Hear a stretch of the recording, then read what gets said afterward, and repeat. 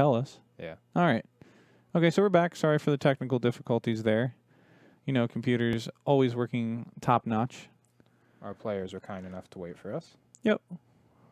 And they're getting their allotted time. Zach off to a pretty good start. Hopefully, Farrell comes up with Silence in Black, right? Bob? Yeah, this isn't exactly what Farrell's been wanting to see here. Yeah, for sure. You kind of really want to see him start off with some kind of a Thoughtseize or an Inquisition taking one of these ramp spells. Hopefully Dark Confidant will find him a decent amount of them, so that way he can strip whatever he has in hand now, and then you gotta just kind of hope that the top of the deck is not kind to Zach.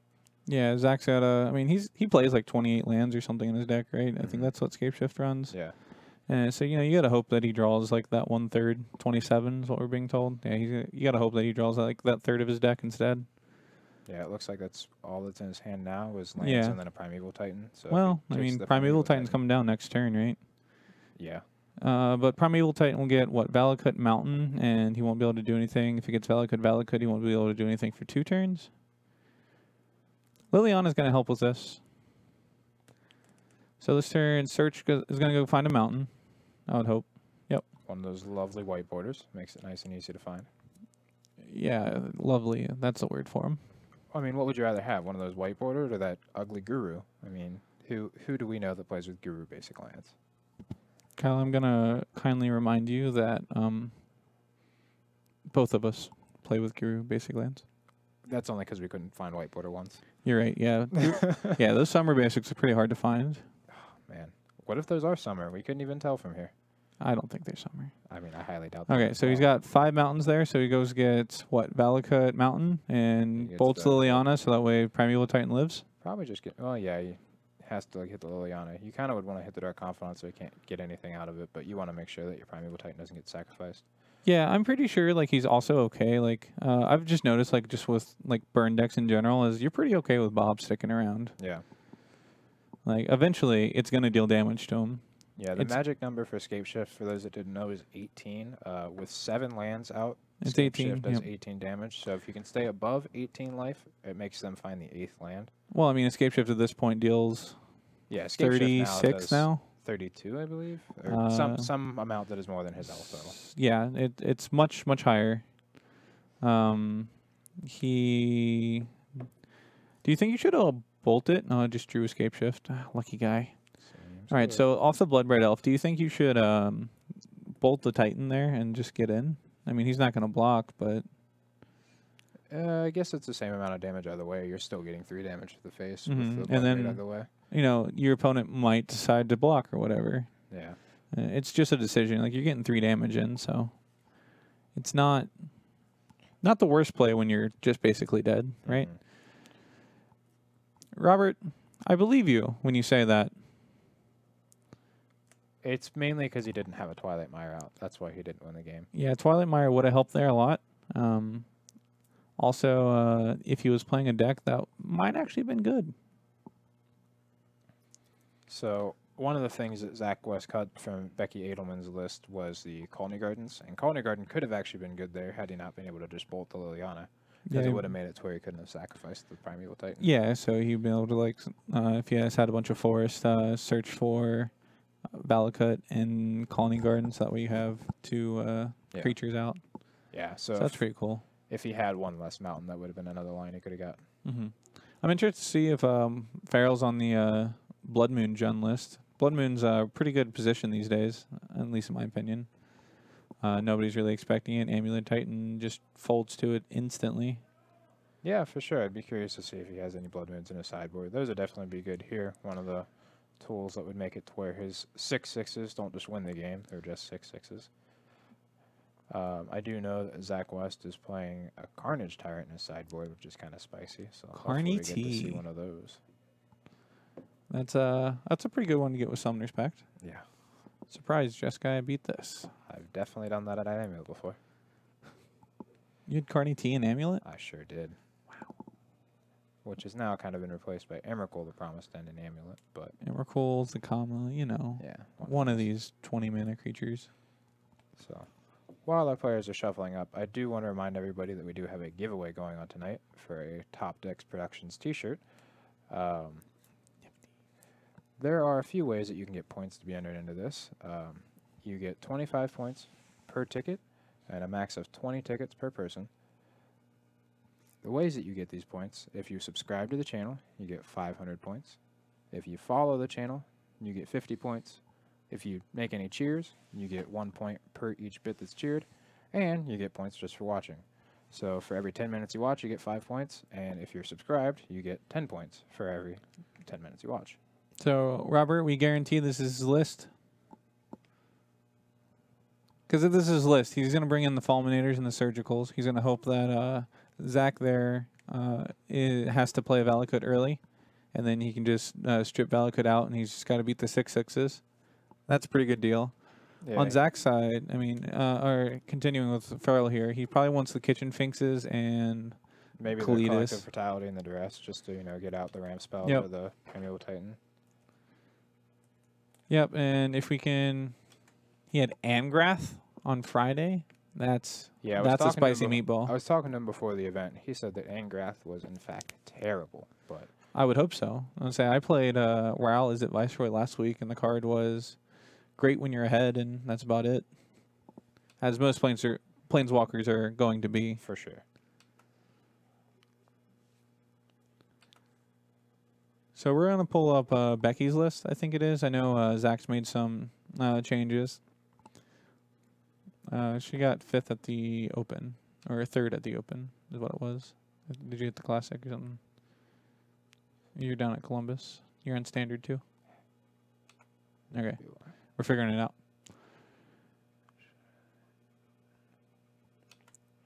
All right, Farrell's going to hope for, like, Robert with 100 bits. That's great. We love you, Robert. I'm pretty sure 10-10 I pulled a Haunted Cave and lost my beanie Saturday night. You did not lose your beanie.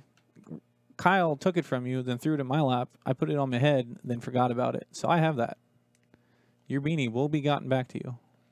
All right, so it looks like Zach's sideboard is 3 Dampening Sphere, 2 Cages, 1 Carnage Tyrant, a couple Obstinate Baloth, a Rex Sage, a Tireless Tracker, and a Braid, an Ancient Grudge, a Beast Within, an Anger of the Gods, and an Hour of Devastation. So from him, I'd imagine seeing some of these green creatures. Carnage Tyrant, Tireless Tracker, and Obstinate Baloth all seem pretty good in the matchup. And I guess there could be some kind of argument for Hour of Devastation, but can not kill a Tarmogoyf at some point, so not too sure. I think you're just kind of bogging your deck down too at that point. Yeah. You just kind of want the creatures and don't plan on the combo plan as much. Just block sack. What else you doing, Zach? So he's got the Valakut in hand, but he's got plenty of lands to play. Farrell's Bob's revealed. Was it Bloodbraid Elf? Yeah, Bloodbraid again Elf. For Farrell.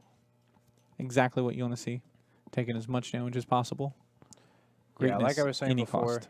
Pretty much anything below 18 is the same life total for them. A lot of times that they're doing in large chunks. Yep. So if you can't get back above 18, you might as well just keep going. Oh, I mean, that's not necessarily true, because since he's just on the play lands strategy right now, he can just end up with Valakuts or, you know, just Valakut damaging him to the face. Mm-hmm.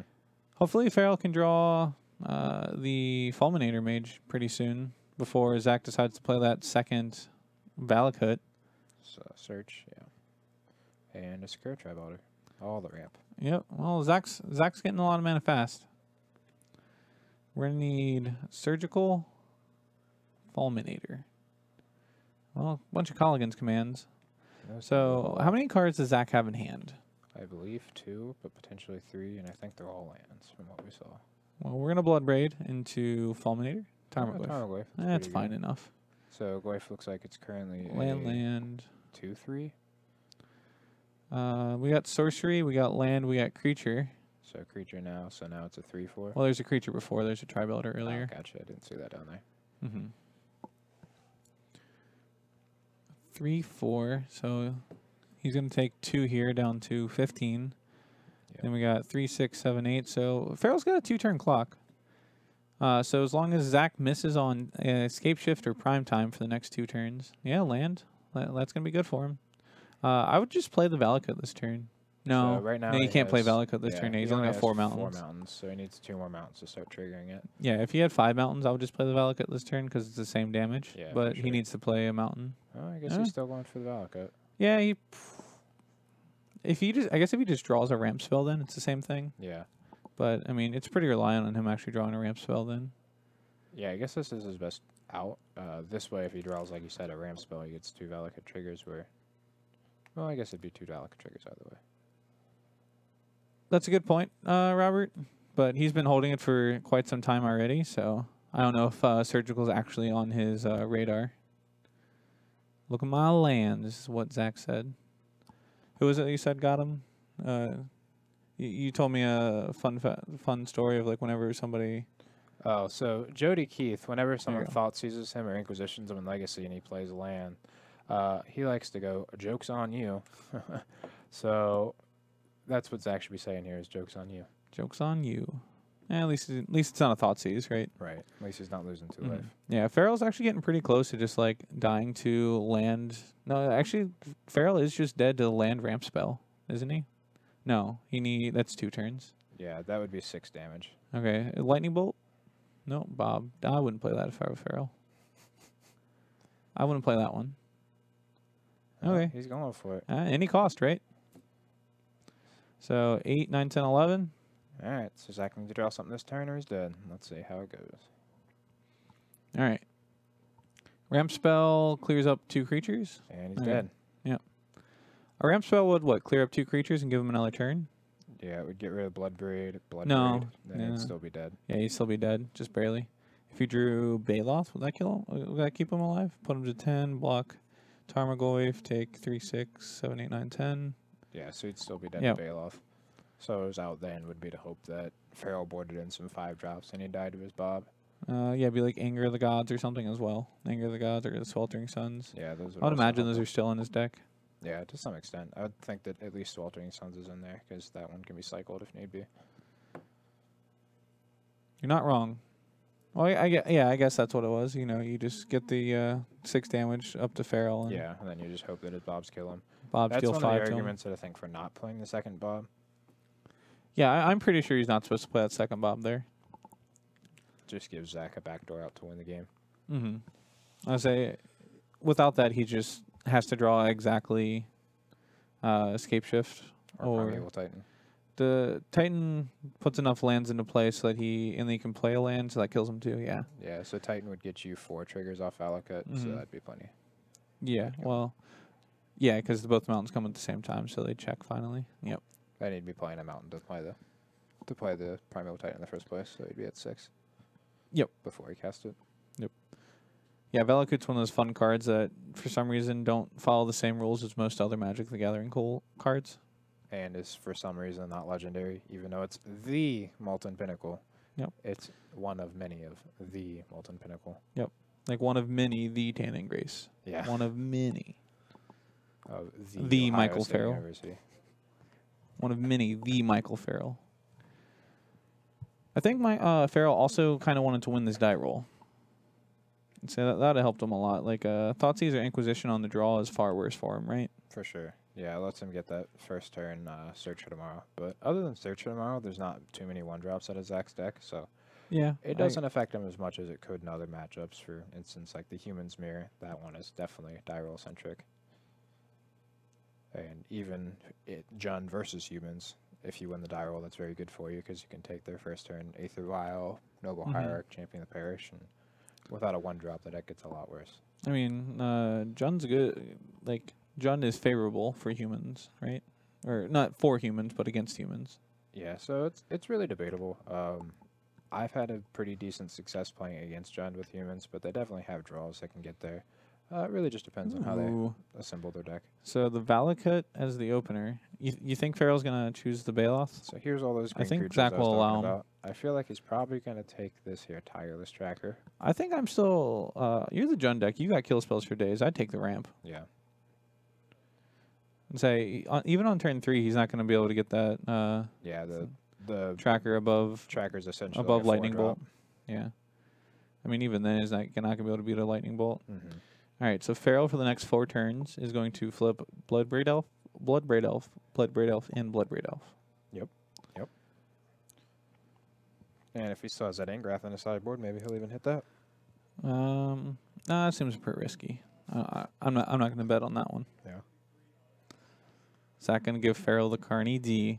I don't know. He's Zach's got to draw some lands. He's only got 3 in hand and 2 6-drops, a 4-drop, and a 3-drop. He's got 1 more land, so hopefully the 27 land deck doesn't fail him. Yeah, he's just got to hope to hit a couple ramp spells in a row. Ramp spell, like a land searcher tomorrow here is going to be pretty good for him. You know, pretty much any like of half of his deck. Agreed.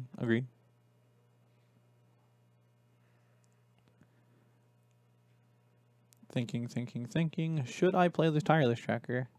I feel like you got to start just playing stuff, right? Yeah, I feel like you gotta you're gonna have to get through these removal spells eventually. So you gotta expect the Jund deck to have kill spells. A Duress, nice. That doesn't deal with Carnage Giant. That Thoughtseize in his hand does though. So when you Duress and they don't have any non-creature spells, do you also say full Joke's on you? Joke's on you? Yeah, I guess so. Yep. All right, and I'm pretty sure he's supposed to take the Obstinate Baloth. Obstinate Baloth seems like a good choice. You're probably taking Primeval Titan. Yeah, that's the one you're most scared of. I mean, that's the one Zach wants to cast most likely. Yep.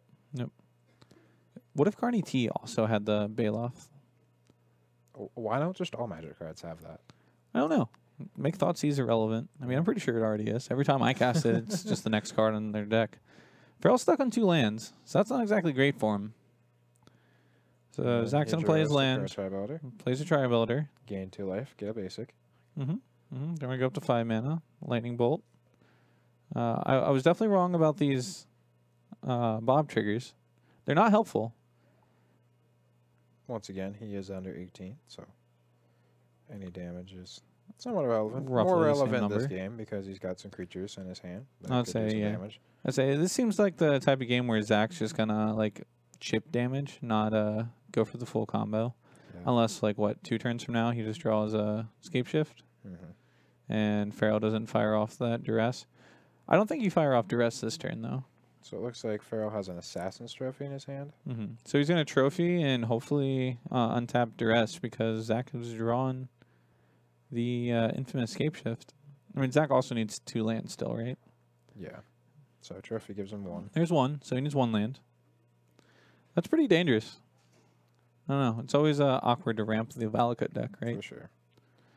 Bolt myself, Wow. Sure. He's just Hey, he found a land. Found a land. He did bolt himself. All right. So if he goes for one of the more egregious, like if he plays Liliana, hoping that Zach didn't draw Scapeshift in the 1 turn, he's going to lose, right? Yeah. Yeah, I think he's supposed to Duress here so that way next turn he can Liliana and make him Edict the Carnage Giant potentially. Yeah, I think you want to play Liliana after the creature's down. He only has 1 unknown card in hand, so there is some reason to believe that Tarmogoyf, attack relevant. for 2, down to 18, pass the turn. he's hoping to just bolt. So land? Ooh. Is that the right land? Was that doable? Yep. Bolt you. And Carnage Giant. Farrell's reveal my hand. Yeah, I died. Yeah, so had he Duress there, obviously would have still been in this game, but like we said, there was only 1 unknown card in his hand, so Every single time you expect them to not have it off the 1 draw step, they draw it. yeah, So they always have it. yeah, they always have it. It's the worst. All right, so that's round 1. That went pretty quickly. Yeah, a very unfortunate matchup for Michael Farrell here. Yeah, One it's that just he's not looking to the see exact opposite of what you want to see. for sure. So I'm gonna go see if we can find anyone else to transfer over. Sure. So if you can entertain them I somehow. will do my best. All right, I'll be back. Well, while Justin's going to go find everybody, I'll remind everybody what we have for social media. So Twitch, everybody's here already. We're at Top Deck Productions. We do have a Facebook account that's also Top Deck Productions. Instagram, instagram.com/TopDeckPro. Twitter is Top Deck Prods. We also have a website, which is topdeckproductions.com, and we have a YouTube channel. It's Top Deck Productions Stream. And all of the videos that we have here, plus some other things that we do as far as deck techs and versus videos are on the YouTube channel. The YouTube channel is where I prefer to go to watch all my things, like when we did the set release, we had some good commentary on there. These are the chat commands that they can use. Oh, cool. We have some new chat commands for our giveaway to see how many points you have and how to enter. So, everybody, if you do !enter, you get 1 ticket for the current giveaway, and it enters you into it. And if you do !enter X, it enters you X times into the current giveaway. Not really too sure how that does. !giveaways, it lets you see what the current giveaway is, which for those of you who do not know, it's for a Top Deck Productions t-shirt of any size of your choice, so you can come and represent the channel. And if you do !points, you get to see how many points you have. Alright, so it looks like Justin's coming back, so hopefully found a matchup for us. What do we got, Justin? Well, sadly, everyone's in the middle of a game or just about finished up with their match. So we don't got anything for you. But why don't we talk about a new set that just came out? Oh, yeah, there's some cool Or, things that are coming out. at least spoiled. Yeah. We're going to get it pretty soon. So December 7th is when we get Ultimate Masters. It's a convenient time for us, right? We'll be in Roanoke. Yeah, yeah, that is exactly when we will be in Roanoke for the SCG Invitational. What card are you most excited for, like the full art version? Well, for those of you that don't know, I consistently play humans in Modern, and my deck is pretty much all foiled and promoed, so I am very excited for the new Cavern of Souls. That'll be one of the last foils I need for the deck, and also a new convenient promo. What are you looking forward for, Justin? I've tried to pretty much exclusively get my Jeskai deck as full art as possible. So I'm going to have to reinvest again into some Celestial Colonnades. Which you conveniently just bought. Yeah, I just bought those like last week. I upgraded my promos into pack foils, and I think I'm going to have to turn the pack foils into this new full art or borderless version. Those are pretty great. What do you think about like the set in general, though? Like, how do you like the idea of just like this? All right, we're ending the Master Series for a while, and we're going to go out on a bang. So I actually really like this. There's been some people that are complaining about the price of the packs, but, you know, this is not a Master set for everybody. This is like the end-all, be-all Master set. So it is for the people that have a lot of money to spend, and they're looking to spend it. So a lot of people like to get extensions on their Magic cards anyway, so this is something that they've already done. So, yeah, 15 Ithies. I think that's your name there. I actually kind of really like how they didn't even say anything about the set, like period. Like we didn't even know about the set until they were like, "Hey, look, these surprise cards." Yeah, what are these? That's very cool self-promotion. Yeah, and it's like they just kind of everybody that opened one, they want to put it on their Twitter, they want to put it on their Facebook, so everybody's excited to see what people open. Yeah, I would say it's just so cool, and and there was like pretty much no warning for it either. So you're just kind of like hoping to see like which of your favorite cards is gonna pop up next on. Right, for sure. Yeah, I'm really excited to open one of those $15 Lava Claw reaches. That's what you're looking for. Yeah, that's a good one. I don't know, Windswept Teeth. I at least play that card sometimes. Windswept Teeth. That's not in here. Is it? Not Windswept. Sorry. You mean Stirring Wildwood? Wildwood. Sorry, the Greenwood, the green white one. Also, that Tassiger. I'm not a big fan. It doesn't have any bananas in it. That's the real downside. Yeah, that's pretty crazy. There is no bananas. Like every other card though seems like solid. Yeah. Demonic Tutor getting a reprint for the first time since. Demonic Tutor is really cool. What was it? Demonic Tutor was the Dual Decks. Yeah. So I mean, that's so exciting. A long time coming. Yeah. So there's no reason for that card to be $50 for sure. And yeah, they're finally fixing that. I mean, it's a rare in the set too, isn't it? Outside of this. Yeah, I believe so. I can double check. Edition. But I believe it is. I thought for sure that card would be a mythic. Yeah. Yeah, it looks like it is a rare. Nice. Yeah, for those of you that don't already own humans, this is a good set to help you get into it. It has Noble Hierarch, Gaddock Teague, and Cavern of Souls. Some very expensive cards that are hopefully going to be a little bit cheaper now. That's pretty much like all the money in the deck outside Aether Vial, right? Yeah, for like sure. all like the true money. There's a couple cards that add up to like, well, I guess the rest of the deck adds up to like a couple $100, but yeah, there's nothing else that's like over the top $100 or so. At least that I could think of off the top of my head. Those are definitely the most expensive, and you can get the foil full art versions if you really want to. I did get to see one of the Cavern of Souls in person today. Matt Kerbal was lucky enough to open one in his pack, Yeah. and it looks beautiful. Yeah, the folding process is very nice once you see them in like person. So Yeah, it's great. I was afraid they'd look kind of like from the vaults, but they definitely do have a very good folding process. Yeah. So he brings up a good point. There is going to be some junk rares in this set. Like, they just kind of have to. Mm-hmm. What junk rares do you think we can see? Oh, jeez. So junk rares that are modern playable.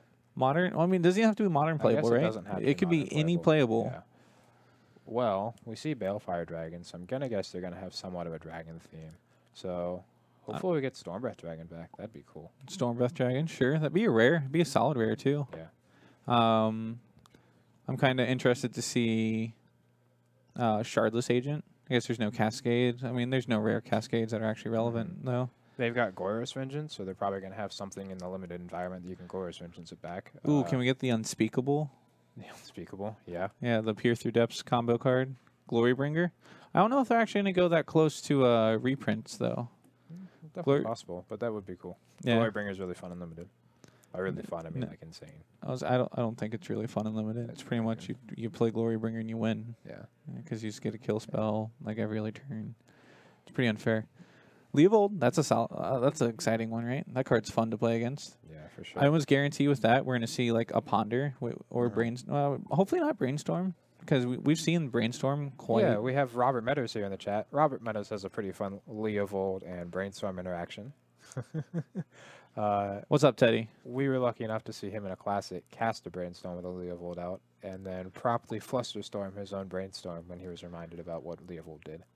The one thing I like most about Robert is whenever you need a good laugh and you're watching it and you can see him play Magic, I always get the opportunity to walk up at the worst possible times for him. It doesn't matter. Whatever the worst possible play, Robert finds it if I walk up to him. But Robert is also pretty good at making people laugh, whether it's through that or it's Yeah. him just joking. Robert is definitely one of the first people that you hear laugh in a Magic tournament. I've been at another side of a convention center and heard Robert Meadows laugh. Yeah, Robert's a loud fellow there. It's pretty great. Thunderbreak, I actually kind of like that. Yeah, Thunderbreak Regent would be pretty cool. Yeah, I'd say see Thunderbreak, the Spread Dragons deck. So Ponder Preordain is the ones I'm kind of thinking that we'll see, because they haven't got a reprint in a while. Maybe Sleight of Hand. Sleight of Hand would be cool. We haven't had Sleight that of in a Hand, while. yeah, that's also a solid one. It doesn't draw a card, so it's good, like, because of Leovold existing, because, you get to add a card advantage. Yeah. But Ponder and Preordain. We can get the Preordain from the Dual Deck art, maybe.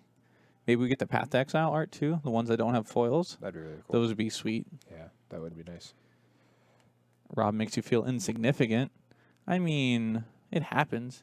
You want a new art Narnum Renegade? Robert, you'd have to buy so many more then. I really hope that there's some kind of turtle that's printed in this set for Justin here. Oh, I love them. Hopefully there's a meandering tower shell. That sounds great. That's the bulk rare that we need here. Yeah. Meandering Tower Shell. That way, no matter what pack I open, I'll be happy. Hey, Justin, how about Yep. this combo? Through the Breach, Mm-hmm. meandering tower shell. It gets to stick around. does. It doesn't go away. I found Justin's new strategy. If he sees a Through the Breach in one of these draft formats, he's slam picking it. Gush is also a pretty good card. Yeah, Gush is pretty fair and fun. I don't think it's nearly as good as Meandering Tower Shell. Yeah. But, they're both 5 mana. One of these has power. One of them doesn't. Seeing Raging Ravine in Limited is nice, because one of the things you never really get to see in Modern is that you can double activate a Raging Ravine to put 2 counters on it. Mm-hmm. So when you do see it in Limited, maybe I actually get to do that. Maybe, yeah, that's possible. It's one of those corner cases, and it's actually something a lot of people don't realize. Like you can just activate the ability for some of these cards again, and just conveniently, since Raging Ravine has the whenever trigger, it gains that whenever trigger twice. So Thrun, Justin, we can get Thrun at rare. I kind of like that idea. I think I've seen Entomb somewhere. That Entomb's going to be in here, so we're going to get the full Entomb we could reanimate. get Reanimate. Yeah, that'd be pretty cool. Or Entomb Glorious Vengeance. Entomb Life from the Limbs actually probably the thing that I've done the most. Yeah, good old Commander staple. I mean, it's great. So Justin, what do you think of this new Tarmogoyf art? All right, we're going to line it up in levels of where Tarmogoyf arts are great. We're going to start with Future Sight as the worst, in my opinion. You have no idea what's going on in the art. Yeah. Then we're going to go to this new art. It definitely exists. It's like you can definitely see what's going on. It is this woodland tree monster eating deer. I like how they continue to have the deer in the art. That Yeah, is something that's the iconic solid from- woodland tree monster. Yeah, the solid woodland tree monster eating a deer. And then we're going to go to the Modern Masters one. So, see, yeah, this art is very iconic to me. This is the art that I would play with if I had a choice, just because it's iconic. But Sure, you but can't what's really happening tell here? What's happening. Yeah. I'm pretty sure there's some kind of a monster holding a guy. Yeah, there's no deer here. No, there is no deer. I need Bambi. I need to See? see Bambi die. Here's Bambi getting eaten. That is Perfect. a very large goyf. Yeah, this is and the a one very I small like the deer. most. Yeah. It also doesn't help that I also like the modern border the best. So typically the newer ones I just kind of push outwards. I do like that Tarmogoyf got a new art though. I agree. I was tired of seeing the same art. I agree. That is definitely one of those cards that we'd like to get into. Right? Are you going to upgrade the caverns or not? Oh, I am definitely going to upgrade those caverns. Yeah, well, once we saw him, it was just like automatic. I have to. So, and Paul, your brother came in here and showed us that Cavern of Souls, and it is gorgeous. I don't know if you know that he opened one or not, but yeah, he said he was going to give it to me. He said that he knew that you really wanted it, but he likes me more. Sorry. Yep. That's something I've done before. Through the Breach Emrakul. Yeah, that is something you Goro's can do. Bench Emrakul. We get a Faithless Looting. Ooh, I love this. I love the sounds of this already. Yeah, for those of you that haven't seen the interaction, Goro's Vengeance is actually something that you can do with an Emrakul instant. trigger on the stack. It's instant. So typically, whenever you discard an Emrakul, it'll get shuffled in your library before you can reanimate it. But if you do it with on the stack, you can Goro's Vengeance it in. Yeah, I would say. I remember I was playing the Goro's Vengeance deck way before it was like cool and before the new things. I was the hipster here. I bought like the entire deck for $200 before Goro's Vengeance were worth anything, or Through the Breach for that matter. And that was back in the days of Treasure Cruise Blue Red Delver, Blue Red Delver. And I once had a Delver player go Fetch Shock Probe me, and then I killed him on turn 2 with an Emrakul. Nice, nice. He was like, Fetch Shock Probe, play a Delver. It's like, okay, Faithless Looting. Or it was like Exile a Monkey or whatever, Faithless Looting.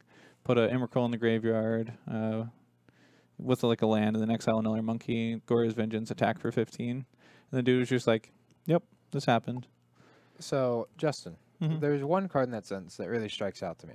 Do you have any other stories with Simian Spirit Guide that you'd like to share with the class?